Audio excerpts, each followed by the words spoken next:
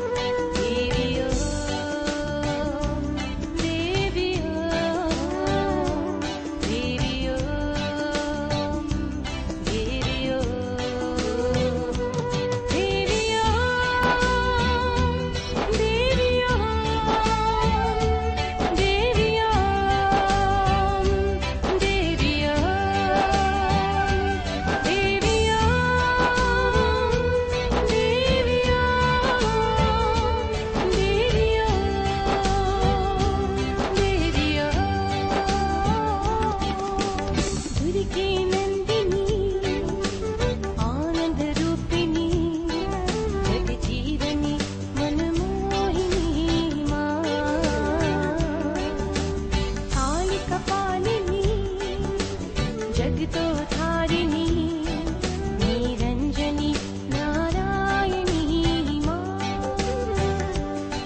देवी ओम देवी ओम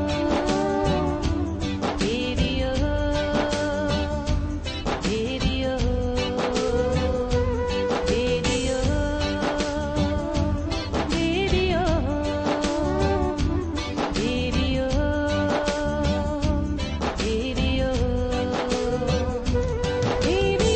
देवी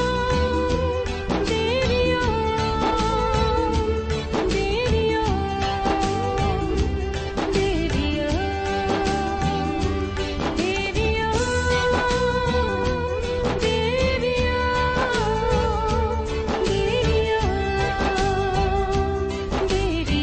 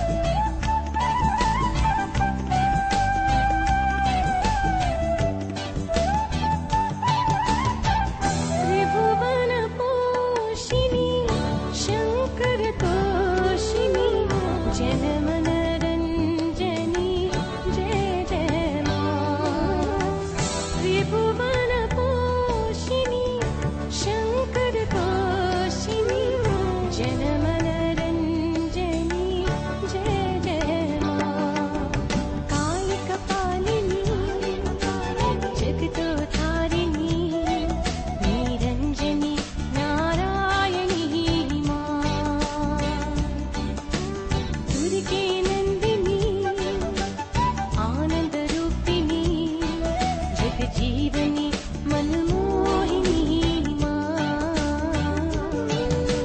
काली कपालिनी जगतो धारिणी निरंजनी नारायणी माँ।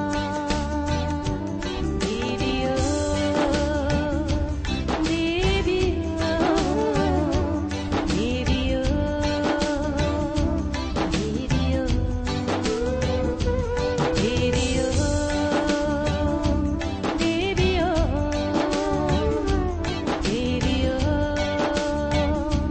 देवी ओम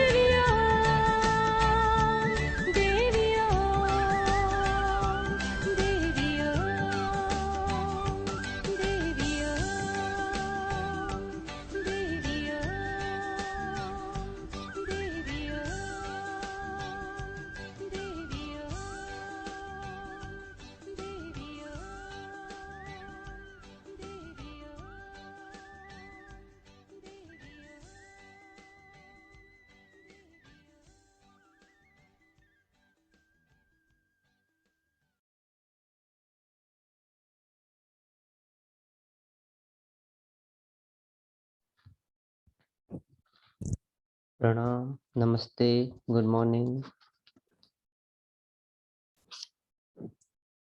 पिछले 3 दिनों में आप सबने जो सुना था वो नारद भक्ति सूत्र का रिकॉर्डिंग था। और आज से हम शुरू करते हैं, आगे बढ़ते हैं। ये जो नारद भक्ति सूत्र है ये गुरुदेव श्री श्री रविशंकर जी द्वारा इसका व्याख्यान किया गया है। और इस व्याख्यान में इन सूत्रों को अलग अलग चैप्टर में डिवाइड किया गया है। और इस अब जो चैप्टर शुरू हो रहा है उसका नाम है प्रेम कहाँ और किसमें।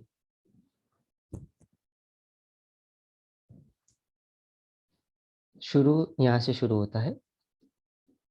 अक्सर हमको यह महसूस होता है कि हम कुछ कहना चाहते हैं मगर कह नहीं पाते, शब्द मिलते ही नहीं। हम भाव विभोर हो उठते हैं और इन भावनाओं को शब्दों में बांधने की चेष्टा करते हैं, और हम हमेशा असफल ही रहे हैं। जिस जीवन में जरा से भी गहराई आती है या मिली है, वह जरूर यह महसूस करेगा कि शब्दों के परे कुछ है। यह जो मैं अनुभव कर रहा हूँ यह शब्दों से परे है। शब्दों में बांधकर हम बता नहीं सकते। हम जो भी महसूस करते हैं यदि शब्दों में बता सके तो हमारा जीवन बहुत ऊपरी स्तर पर रह जाता है। उसमें कोई गहराई नहीं, कोई रस नहीं, वह जीवन ही नहीं। गुरुदेव या कहते हैं कि भावों को व्यक्त करना मुश्किल है। कोशिश तो करते हैं भरपूर, लेकिन पूरी तरह नहीं कर पाते। तो अगला सूत्र है इसी से जुड़ा हुआ, अनिर्वचनीयम प्रेम स्वरूपम। अनिर्वचनीयम, जिसका हम जिसको हम वचनों में नहीं व्यक्त कर सकते। लिखते हैं, इसका निर्वाचन नहीं, विवेचन नहीं हो सकता। प्रेम को हम वाणी से अभिव्यक्त नहीं कर सकते, इसलिए गले लगाते हैं, झुक जाते हैं पैरों में, आंसू बहा देते हैं, गल जाते हैं, फूल चढ़ाते हैं और तरह तरह की चेष्टा करते हैं उन भावों को व्यक्त करने की। हजार शब्दों का प्रयोग एक चेष्टा के बराबर है, और हजार चेष्टा एक दृष्टि के बराबर है, एक नजर के बराबर। मतलब कि हम जो एक्सप्रेस करना चाहते हैं अपने फीलिंग्स को, तो उसकी उसके मतलब उसके अगर उसके लिए हम ये हजार शब्द भी यूज करें तो वो एक एक्सप्रेशन के बराबर है। जो प्रेम की अभिव्यक्ति की जो एक एक्सप्रेशन है वो हजार शब्दों के बराबर है। और एक दृष्टि, मतलब किसी महान इंसान की, ज्ञानी इंसान की एक दृष्टि भी पड़ जाए हम पे, तो वो हजार एक्सप्रेशन के बराबर है। न वचनों से, न किसी चेष्टा से, न क्रियाकलाप से, न उपचारों से हम प्रेम को अभिव्यक्त कर ही नहीं सकते हैं। पूर्ण रूप से हम अभिव्यक्त कर ही नहीं सकते। यदि प्रेम है भीतर तो वह झलकता है। हर कदम पर, हर चेष्टा में, हर वाणी में उसकी झलक मिल ही जाती है। मगर एक पूर्ण रूप से तुम इसका निर्वाचन करना चाहो तो यह असंभव है। कोई नाटक भी कर सकते हैं। सिनेमा में, फिल्मों में कितने अभिनेता नाटक करते हैं प्रेम का। सचमुच में प्रेम नहीं होता वहां पे। भीतर से तो वहां भाव उठता ही नहीं, मगर दिखाते हैं, है ना। अनिर्वचनीयम प्रेम स्वरूपम, हजारों शब्दों के बराबर एक चेष्टा। हजार बार तुम किसी से कहो कि हमें प्रेम है, मगर एक छोटा सा काम कर दो, वह उससे बड़ा हो जाएगा। एक आलिंगन, एक दिल से प्रणाम, एक फूल को चढ़ाना, समर्पण करना, दो बूंद आंसू गिराना, ये शब्दों से अधिक मूल्यवान है। और हजार चेष्टा से भी शक्तिशाली एक मौन की घड़ी। एक क्षण हम पूर्ण मौन से दृष्टि ढाए। मौन माने क्या? मौन का मन मतलब है मन को इकट्ठा करना। बिखरे हुए मन को हर जगह से, हर तरफ से लाकर एक जगह पर समेट लेना, यह मौन है। जब तुम सिमट जाते हो चारों ओर से, तब तुम ही प्रेम हो जाते हो। प्रेम कोई भावना नहीं, कोई भावुकता नहीं है, कोई वस्तु नहीं है, कोई अलग आरोप नहीं है तुम पर जिसको किया जा सके। प्रेम तुम्हारा स्वभाव है, और जो तुम्हारा स्वभाव है उसको बताना बहुत मुश्किल है, क्योंकि हर भाषा, हर वचन सीखी हुई है, बाहर से लाई हुई है। किसी बच्चे को यदि तुम जंगल में भी छोड़ दोगे तो वो भाषा के बिना बड़ा हो जाएगा, मगर उसमें प्रेम तो होगा ही। प्रेम सीखने सिखाने की बात नहीं है, कृत्य नहीं है। जो तुम हो वही प्रेम है, और तुम हमेशा अनिर्वचनीय हो। इसीलिए कहते हैं अनिर्वचनीयम प्रेम स्वरूपम। तो यहाँ पे कभी कभी हम समझते कि प्रेम मतलब भावना, फीलिंग्स, इमोशंस, लेकिन इमोशंस और फीलिंग्स एक्सप्रेशंस हो सकते हैं, वो टेम्पररी भी हो सकते हैं। तो प्रेम कुछ अलग से हमने लाया नहीं है, उसको ऊपर ऊपर से कुछ नया कोई सजाया नहीं है हमने अपने आप को, कि हमने कोई प्रेम की फीलिंग अपने मन पर जड़ दी है, चढ़ा दी है भाव के रूप में। नहीं, यहाँ पर कहा गया है कि प्रेम हमारा स्वभाव है, और हम ही प्रेम स्वरूप है। हम मतलब अपने मूल स्वरूप में जो हम चेतना है, वही प्रेम स्वरूप है। और अगर हम इसको, अगर इसी बात को अगर हम समझे, तो चाहे दुनिया का कोई भी प्राणी देख लीजिए, जब भी किसी प्राणी को हम कुछ देते हैं, कुछ खिलाते हैं, तो उसकी आंखों से, उसके एक्सप्रेशन में वो झलकता है हमारे लिए। तो उसको भी सिखाना नहीं पड़ता, उस वो है हमारे अंदर, और वही हमारे स्वरूप में है। अगला सूत्र, मुका स्वादनवत। अब उसका एक एग्जाम्पल बताते हैं कि कैसा है ये। तो कि जैसे उदाहरण देते हैं, गूंगे को गुड़ की मिठाई। अगर गूंगे को गुड़ की मिठाई खिला दे, तो उसके चेहरे को देखते ही तुम पहचान लोगे कि यह मस्ती में है, इसको गुड़ पसंद आया। प्रेम शब्दों में नहीं है, जीवन के प्रत्येक क्षण में उसका प्रस्फुरण होता है, उसकी अभिव्यक्ति होती है। तुम्हारी हर चेष्टा में तुम उसकी झलक पाते हो, फिर भी अछूता रह जाता है, या तुम्हारी चेष्टाओं से, वचनों से और अभिव्यक्ति से। मुका स्वादनवत। जो जानता है वही जानता है, जो नहीं जानते हैं वे नहीं जान सकते। जैसे बहरे के सामने बांसुरी तुम बजाओगे, उसको कैसे बताओगे कि बांसुरी क्या है। तो यहाँ पे कहता है कि जैसे गूंगे को गुड़ खिला दिया और वो कहना चाहता है कि कितना मीठा है, पर कह तो नहीं पाएगा, पर फिर भी उसके चेहरे पर झलक मिली जाती है। ये क्या कहना चाहता है, वो भाव विभोरता उसके चेहरे पर आ ही जाती है। तो ये ऐसा प्रेम है कि जिसको हम एक्सप्रेस करना नामुमकिन के बराबर है, फिर भी करने की कोशिश हम करते रहते हैं। यहाँ पे ये भी बताया गया कि तो हम कैसे बताओगे, जैसे बहरे के सामने बांसुरी बजाना। तो कभी कभी ऐसा जनरली हम देखते भी है कि जब भी हम स्पिरिचुअलिटी की बात करते हैं, भक्ति की बात करते हैं, तो लोग एकदम से वो हो जाते हैं कि भाई ये कौन सी बात कर रहे हैं। स्पिरिचुअलिटी की बात तो फिर भी चल जाती है, लेकिन जब भक्ति की बात आ जाती है, तो कुछ लोग अपना मुंह इसलिए मोड़ लेते हैं क्योंकि वो समझ नहीं पा रहे कि इसको मूल स्वरूप में क्या कहा जा रहा है, भक्ति के बारे में क्या कहा जा रहा है।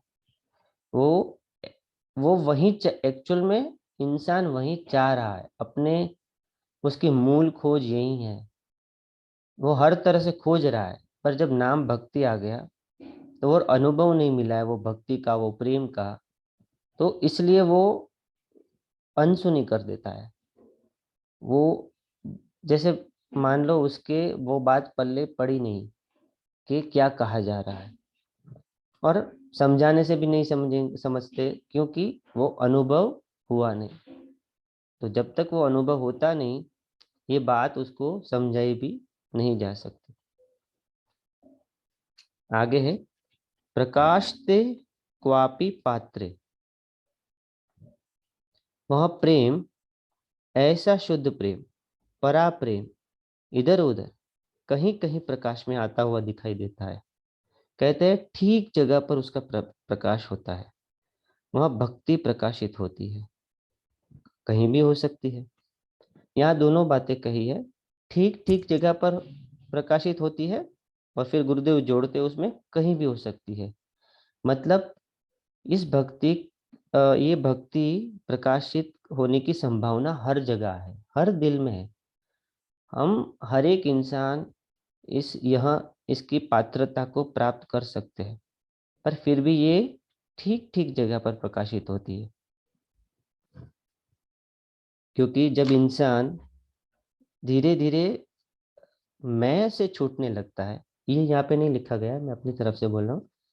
जब अपने मैं से धीरे धीरे छूटने लगता है, फिर वो परम में उसके द्वारा प्रकाशित होता है, तो वो ठीक ठीक जगह पर प्रकाशित होता है। आगे का सूत्र है, गुण रहितम, कामना रहितम, प्रतिक्षण वर्धमानम, अविच्छिन्नम, सूक्ष्मतरम, अनुभव रूपम। तो इसके कुछ बताए गए कि इसकी क्या क्वालिटीज है। उसमें न कोई गुण है, न कोई कामना है। अक्सर प्रेम किसी गुण से संबंधित होता है, रजोगुणी प्रेम, तमोगुणी प्रेम, सतोगुणी प्रेम, मगर भक्ति उसके परे है। रजोगुणी प्रेम माने उस गुण से तुम आकांक्षा करते हो, मैंने प्यार किया तुमको, तुम क्या दोगे मुझे, प्यार के ऊपर सवार हो जाना, यह रजोगुणी प्रेम है। आतंकवादियों का प्रेम तमोगुणी है। अब कोई आतंकवादी हो ही नहीं सकता यदि उसके मन में प्रेम नहीं होता।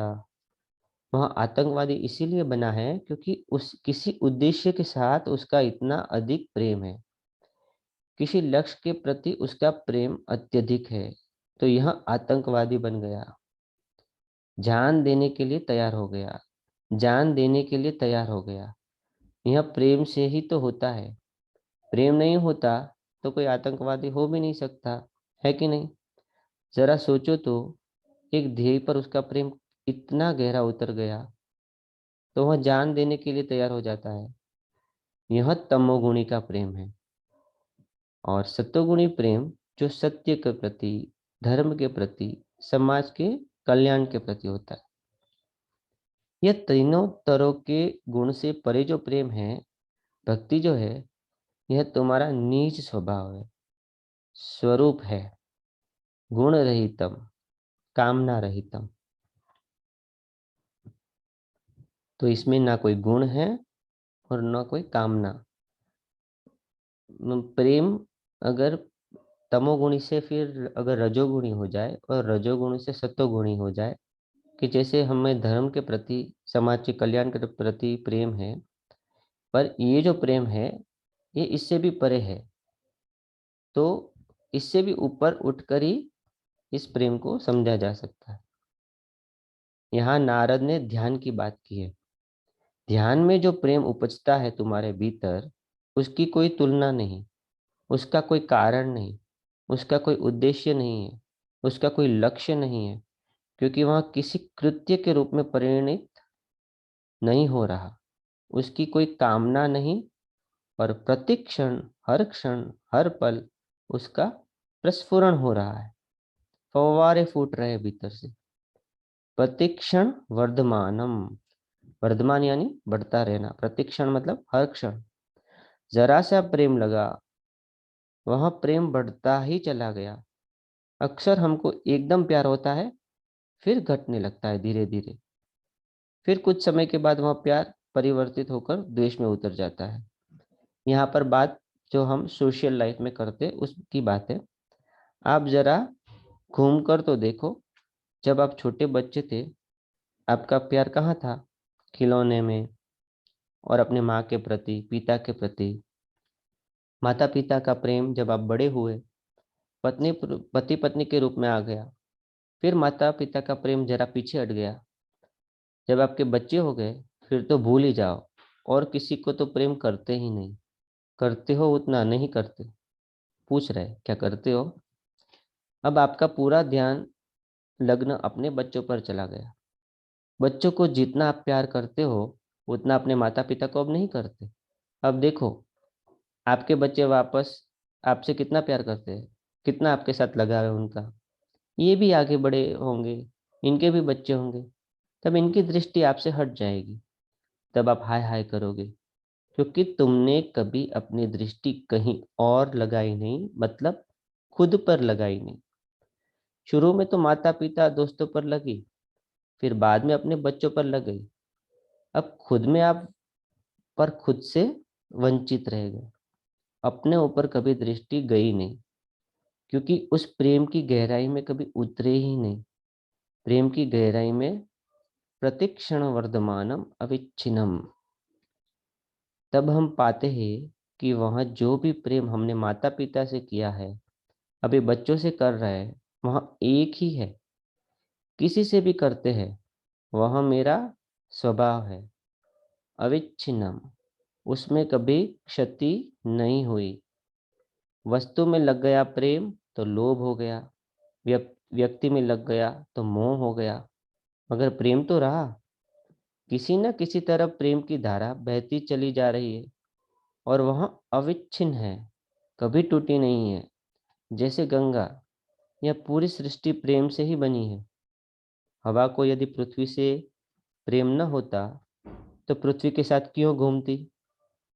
यदि पृथ्वी को छोड़कर हवा चली जाए 2-5 किलोमीटर दूर, तब एक ही क्षण में सब कुछ खत्म हो जाएगा। पृथ्वी में गुरुत्वाकर्षण जो है, वही प्रेम है, अपनी ओर खींचना। पृथ्वी सब कुछ को अपनी ओर खींचती है। क्यों? उसको सब चीज से प्यार है। पत्ते से, फूल से भी, कांटे से भी, डाली से भी। पृथ्वी में प्रेम, जल में प्रेम, वायु में प्रेम, आकाश में तो प्रेम भरा हुआ ही है। सूरज में प्रेम न होता तो सूरज की किरण इतनी दूर से यहाँ तक कैसे आती? आप यहाँ से किसी तारे को देखते हो, उस तारे से निकली हुई रोशनी, कहते हैं कभी 4 साल पहले निकली हुई रोशनी अब दिखाई देती है। वह रोशनी आकर हमारी आंखों के भीतर प्रवेश करती है, मगर हम उस तारे से जुड़े हुए हैं। अरबों मील दूर जो तारा है, उसकी रोशनी दिखती है, हमारा उनका संबंध जुड़ जाता है। इस तरह से इस सृष्टि में सब संबंधित है। उस संबंध की कड़ी के कारण प्रेम है, या यह कहो वह संबंध ही प्रेम है। पहले समझना स्वभाव ही प्रेम है, और दूसरी तरफ से समझो कि संबंध, किसी भी प्रकार का संबंध क्यों ना हो, किसी से नफरत होती है तो भी वह प्रेम से ही है। प्रेम का ही एक विकृत या उल्टा स्वरूप है। किसी भी तरह का संबंध प्रेम है। सूक्ष्मतरम अनुभव रूपम। भक्ति जो है परा प्रेम है, शुद्ध प्रेम है। वह भीतर अनुभव करने की चीज है। हर अनुभव इस सूक्ष्म प्रेम के द्वारा ही है। अनुभव माने क्या? अनुभवी को जोड़ना। अनुभूति और अनुभवी का अनुभव के द्वारा अनुभूत रहना, अनुभव के द्वारा जोड़ देना। और यह जोड़ क्या है? जैसे दृश्य, दृष्टा और दर्शन। कोई भी अनुभव प्रेम का ही रूप है, और प्रेम का अनुभव है। ईर्ष्या यदि होती हो तो उसके भीतर भी प्रेम है। मन भी प्रेम का ही विकृत रूप है। मात्सर्य, क्रोध, यह सब कुछ यहाँ पे जो बताया गया है कि अनुभूति और अनुभवी का अनुभव के द्वारा अनुभूत रहना।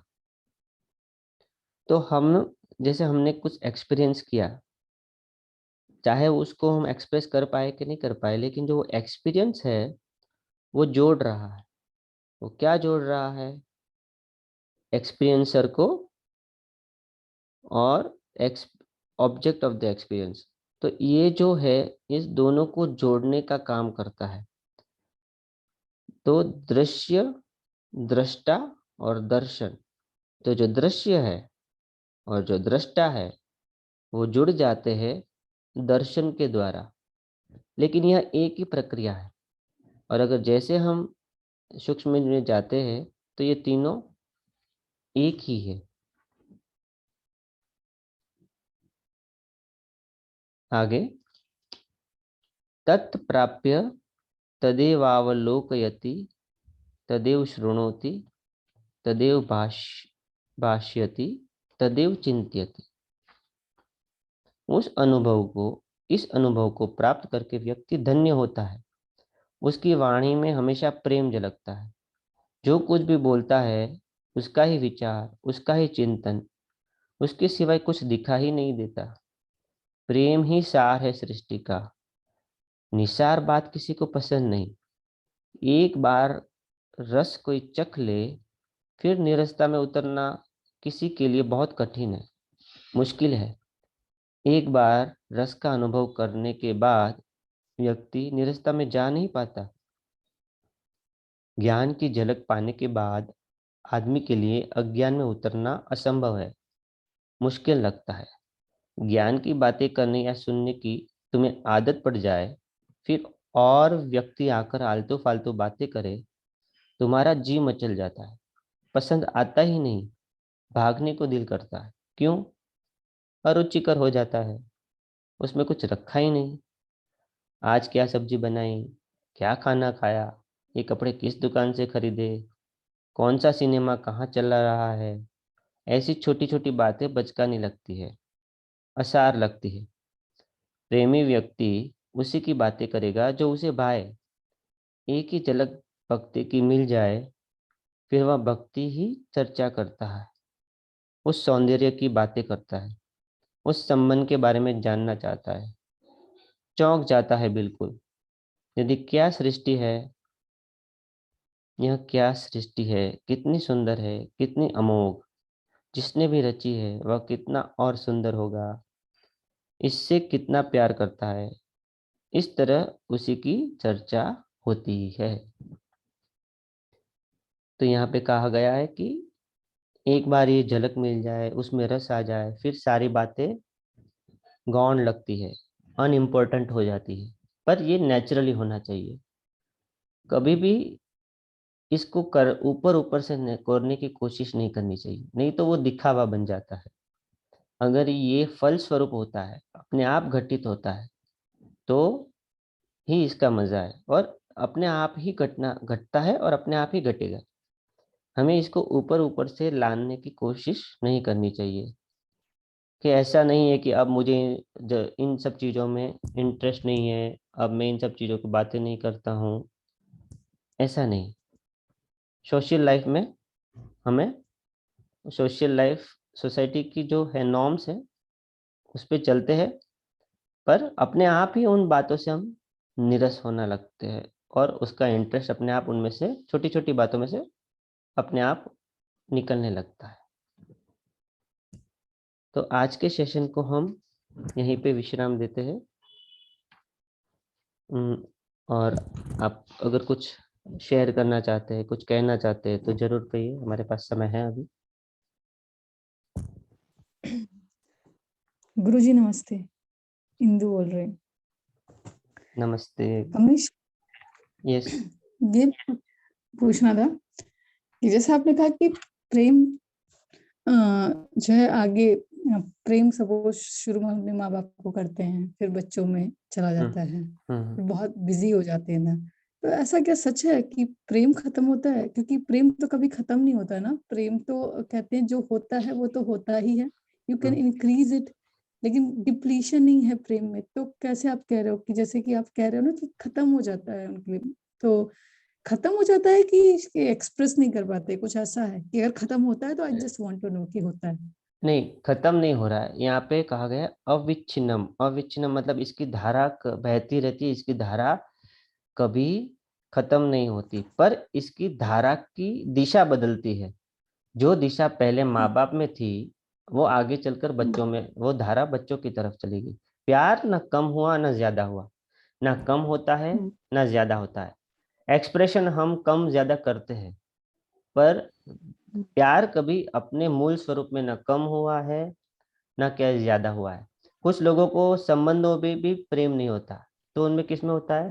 वो कहते हैं कि मैं पैशनेट हूँ इस चीज को लेकर, तो उनका प्रेम उस चीज में चला गया, अपनी हॉबी में चला गया, अपने पैशन में चला गया, पर प्रेम तो रहा, बस प्रेम की अभिव्यक्ति बदल गई।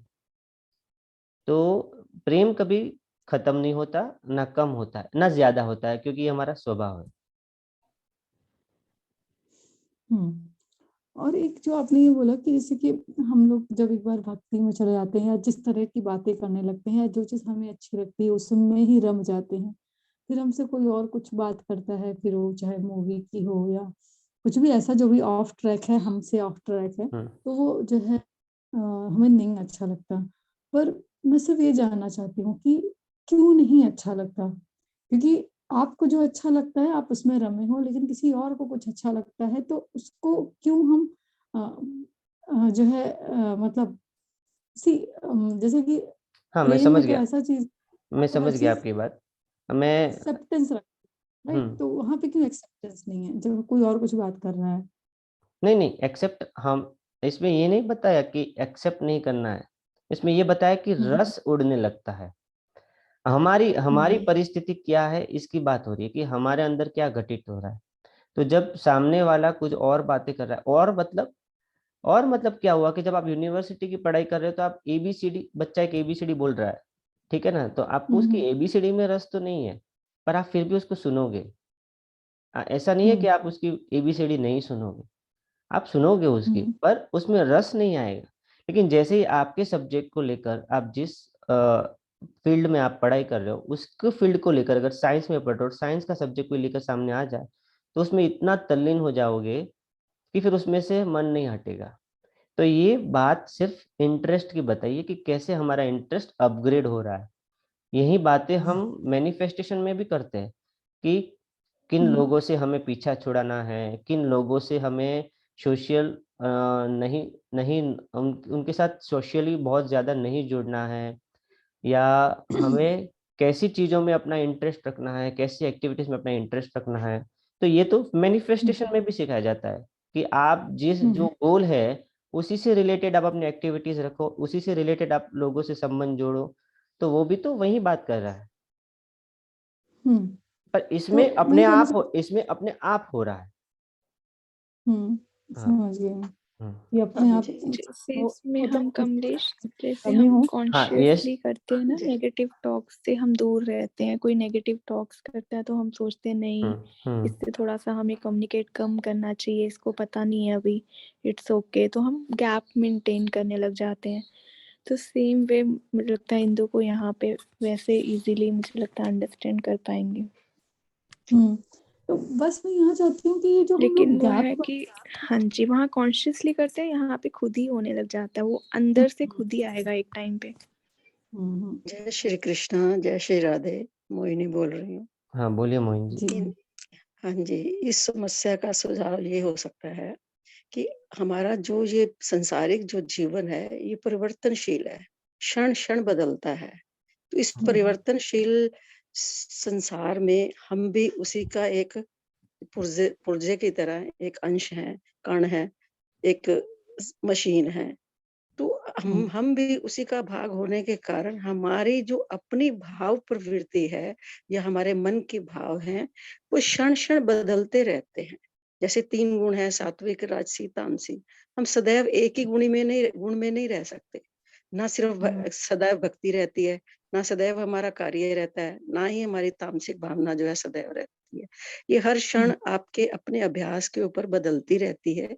इसलिए हम सबको ये कोशिश करनी चाहिए कि हमें अपने आप को देखें और समझें कि अब मेरा भाव तामसी है, राजसी है या सात्विक है।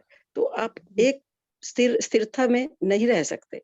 तो इसलिए जो सामने वाले भाव से अगर किसी को परेशानी है, तो आप ये सोचिए कि उसको इसका ज्ञान नहीं है, ज्ञान सबके अंदर है, लेकिन अभी उसे उसका अभ्यास नहीं हुआ।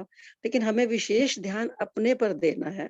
अपने पर ध्यान देने से ये होता है कि हम अपने आप को, जो भाव हमें अच्छे नहीं लगते, हम उसको निकालने की कोशिश करें।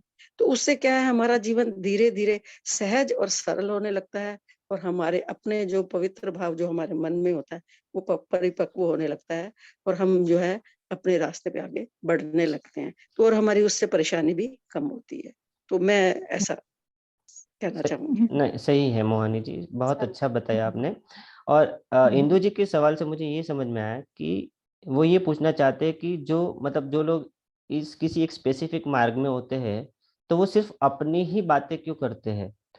जैसे किसी एक पंथ पे जुड़ गए तो अपनी ही बातें क्यों करते हैं, वो दूसरों की अपनी बातें दूसरों पे क्यों थोपना चाहते हैं। ऐसा जो अगर वो कर रहे हैं, नहीं नहीं नहीं नहीं, नहीं मैं या कह रही हूँ हाँ, थोपने हाँ, नहीं, फिर भी समझ, दूसरों को भी समझें। आई जस्ट वांट टू से कि दूसरों की भी समझें।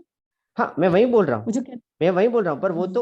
वो तो उनका हो सकता है कि एक होता है उनका भाव कि जो मुझे मिला है वो उसको भी मिल जाए, एक तो वो वाला भाव होता है।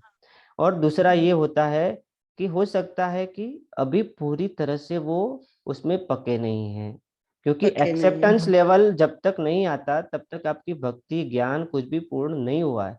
अगर आप सामने वाले को एक्सेप्ट एग्जैक्टली। नहीं कर पा रहे हो, या उसकी जो क्रियाकलाप है, उसका जो पंथ है, उसका जो दिनचर्या है, उसकी जो भाषा है, भावना है, कृत्य है, अगर आप उसको नहीं समझ पा रहे हो, मतलब हम अभी पक्के नहीं है। तो हमें पूरा पूरा जो हमारा ध्यान है खुद के पकने पर है। मतलब आलू पूरा उबल के पक जाना चाहिए, सॉफ्ट हो जाना चाहिए। तो अभी हम सॉफ्ट नहीं हुए हैं, अभी भी थोड़ा हम में वो कड़कपन है। तो ये हमारी बात है, सब कुछ है हमारे लिए। ठीक है, अगर ध्यान दूसरे पे गया तो अपने प्रोग्रेस से वंचित रह गए।